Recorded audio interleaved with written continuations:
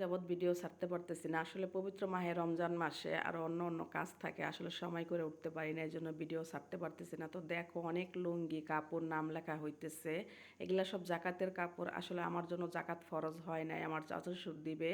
তো চাচা শ্বশুরের নামটা লেখা হইতেছে, আর রাত্র তখন 2টা বাজে।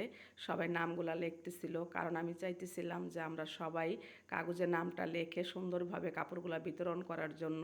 আসলে করা যায় না, মানুষগুলো এত উশৃঙ্খল, আসলে চিন্তা করে না যে একটা কাপড় তো আমি একবার পাবো, হয়তো আমি 6 মাস পরবো, তারপরে কি পরবো না। কিন্তু এত সুন্দরভাবে দেওয়ার পরও তারপরও লোকগুলা 2 নাম্বারই করছে। দেখো আইডি কার্ড রেখে কাপড় দিছি, তারপরও তারা একটা আইডি কার্ড দিয়ে 2টা কাপড় নিচ্ছে, এরকম অবস্থা হয়েছে।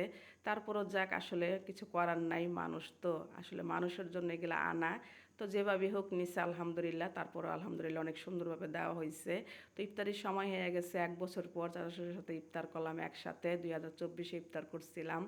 আসলে আমার চাচা শ্বশুর আমাকে অনেক ভালোবাসে, আসলেই ভালোবাসে আমি দিতে পারি না, কারণ আমি আমার মতন করে ভালোবাসি। কারণ আমার যতটুকু আছে ততটুকু থেকে চেষ্টা করি আমি সবাইকে ভালোবাসার জন্য। আসলে আমি আমি আমার মন থেকে আসলে যতটুকু করি, এটা আমার অন্তর থেকে আমি ভালোবাসা দিয়ে যাই সবাইকে। আসলে আমার ভালোবাসাটা যদি কেউ গ্রহণ করে, তাকে আমি অনেক মহব্বত করি। আর যে আমাকে ভালোবাসতে চায় না কিংবা যে আমাকে কাছে ডাকে না, তার কাছে আসলে আমি যাই না। খাবার খাইতেছিল কাকা ইলিশ মাছ ভাজা, সর্ষা দিয়ে ইলিশ মাছ দিয়ে। আর এই সর্ষাগুলা কিন্তু আমি নিজে হাতে বুনছিলাম, ওইটা দিয়ে সর্ষা রান্না করে ইলিশ মাছ দিয়ে খাওয়াইছিলাম।